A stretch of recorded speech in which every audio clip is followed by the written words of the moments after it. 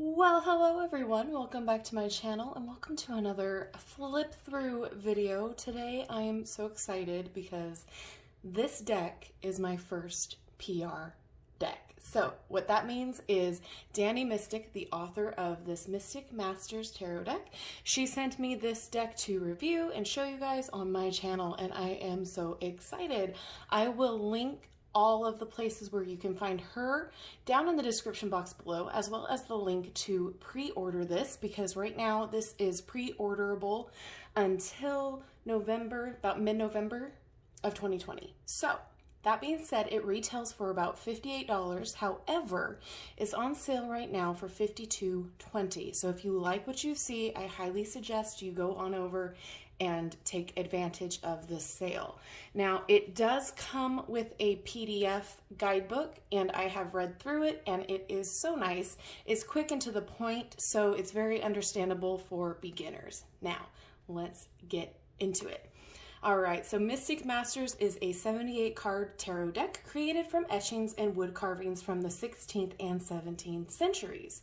Each piece has been watercolored and adorned to bring these beautiful scenes to life, created by Dani Mystic and the great masters of centuries past. So I have already flipped through myself, and I have taken a look, and I've used and played around with them, and I gotta say, not half bad. All right, so just because it was sent to me, I am still going to be honest and give you my thorough opinion. So it is a little bit more on the more expensive end. However, you have to remember this isn't from a big publisher. This is somebody who put their, time, heart and soul, did it all themselves. So again, you have to keep that in the back of your mind when you're looking at the price. So it is a really cute little tuck box, very on theme. And then we get into the cards. The quality of the cardstock is awesome. It's nice and flexible, however, it is sturdy, and the best part is it is matte. You can't really see any of the ring light reflection in it, and I love that. So this is the back, and it is super pretty. All right, and the size is great, and it feels amazing in your hand. My only complaint is that the title of the cards seem to blend really easily into the background. They don't stand out that much. So that's I think a preference thing for everybody. Sometimes that's a good thing, sometimes that's a bad thing. For me, getting to know the deck, it'll be a little bit easier and better once I'm more familiar with each card. However, it gets a little confusing just if you're not used to it. That's all I'm saying. And then there are the planetary and some of the zodiac symbols on the major cards as well. So I absolutely adore this. My honest opinion is that it is so unique, so different from every other deck I own, and right now I own quite a lot. So it's refreshing to see something so unique and someone who poured their heart and soul into this. The guidebook itself does go in depth as to the symbols in the major arcana, possibly why they chose each image. It's pretty in-depth in that regard. It kind of explains the image a lot better when you see the guidebook. And it has keywords, it has the planet next to it. It's well thought out. And it is simple enough for a beginner to understand. Oops, sorry. But it's not going to confuse you. It's not super quick to where, it's just a couple words and you're left thinking, well, what? It does go into an explanation as to what the picture is and, the meaning behind it. So that's great. But I just feel like it's so different and fun and thoughtful, and for me, I'm not an art major, so I make jokes. Like, she's just like, I'm done with this, like, what's going on, just leave me alone. Like, I make jokes in my head, and to me that kind of helps me with the reading. There's just something in each card that every time you get a reading done with this, you're going to be drawn to something else in the card. The color, the way that they're positioned, what they're holding. You're going to be drawn to each new thing, which is so nice about a deck. I love decks like that. They aren't so basic to where, you know, you don't get new epiphanies. So the imagery is RWS inspired, and it does follow along with that really nicely. There isn't anything too scary or too, you know, terrifying in this deck. It reminds me a little bit of the Cat Black Golden Tarot. Just a little bit, not too much. But just because it has, you know, similar style of the art. I love this fountain for the Ace of Cups here. And so if you notice too, when we go throughout the minor, she has the same color for each individual suit.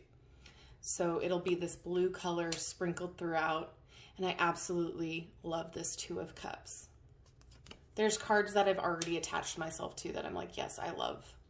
And this is another one. So it's definitely a very positive feeling deck for me, at least. I feel like it's just such a unique experience. Each time I would play around with it, I'm like, oh, okay. The way that the figures are, you know, positioned and where they're facing in regards to each of the other cards is fun.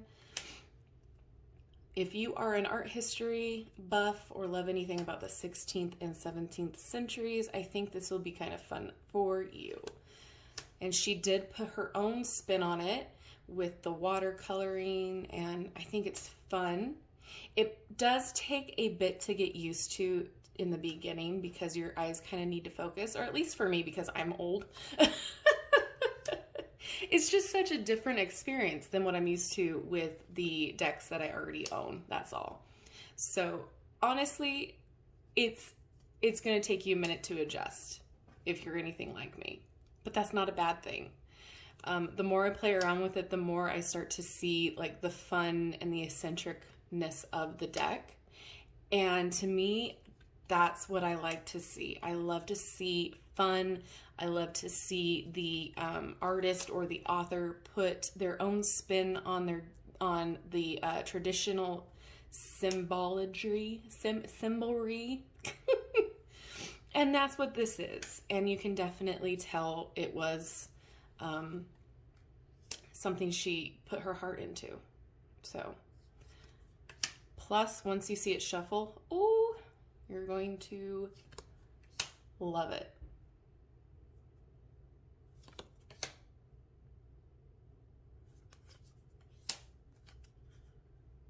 So all of the little coins have this like darker green to it.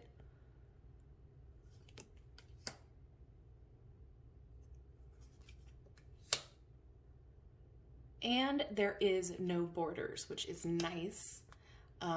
As you can see, you don't really see the, you know, what the card is called. It kind of blends into the background and you just get immersed into the scene that's going on. So again, it's a matter of preference. I know there's some people that hate borders and they, you know, just dislike all of that. So that's a great thing. There's no borders. It's not distracting when you are reading these cards. However, if you're a beginner, it might be a little confusing if you can't really get a quick read on what the title of the card is.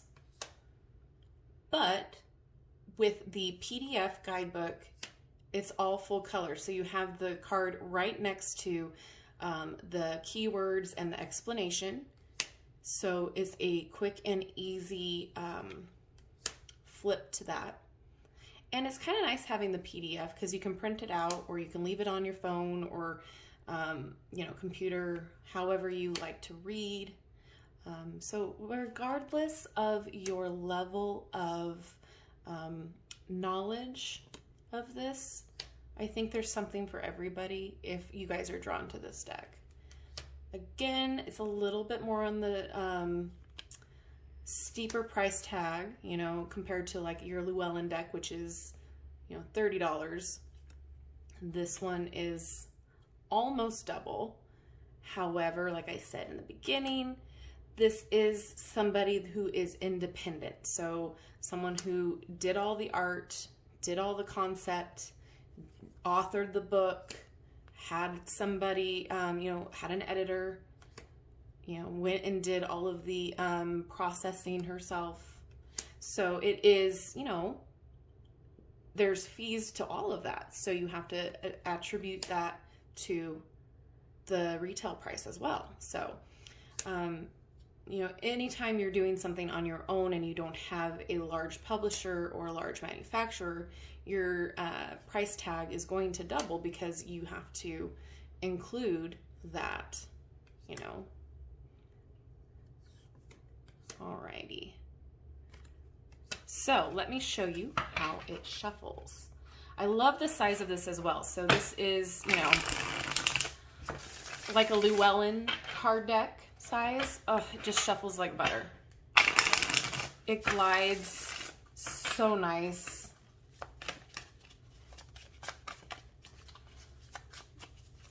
Okay, so I just pulled a card so we can see how it's read in the guidebook. And so I just wrote it off to the side because I film with my phone. So with the PDF and the phone and, you know, me and the editing, anywho. So I pulled the sun, and I absolutely love this card because not only is it positive and I love the colors, but look at his little tushy. I love it. A little tushy. Okay, anyway. So the card itself has the number 19, fire, and the fact that it's the sun, that's the planet represented. Keywords would be success, happiness, vitality, and confidence. And then her little XSplit is Apollo holds the bright shining sun in his hands. He shares the light with all humanity and source of life, growth, and unconditional love and acceptance. The sun represents the joy of bringing our dreams and goals to fruition. So hopefully that helps a little bit that, you know, I was able to put that in there. But I really do think that it is a fantastic, original, different deck. The guidebook is really nice. I love that it's the PDF file. I love that the brightly colored card is right next to the explanation. I love that it's to the point. You know, there's not this big long story that goes along with the card that gets confusing. It's to the point. It tells you what's represented. It gives you the information that you need. And so it's very beginner friendly all the way up until no matter whatever level you're at. So let me know what you think about this deck down in the comment section below. Is it something that you're excited about? Is it something that piqued your interest? Did you even know about it? What do you think? Let me know, and I'm curious to see your reaction because this is unlike anything that I own, and I never would have bought this for myself, I think. I think it would be one of the ones where I'm like, oh, that's really neat, but never really thought I would use it. But after playing around with it and seeing how different and fun and unique it is, I'm like, okay, now I'm very happy that I own this. So let me know what you think down in the comment section below. Don't forget to like, subscribe, and hit that notification bell on your way out of this video. That way you'll never miss an upload from me. And as always, thank you so much for watching, and I will see you in my next video. Bye-bye.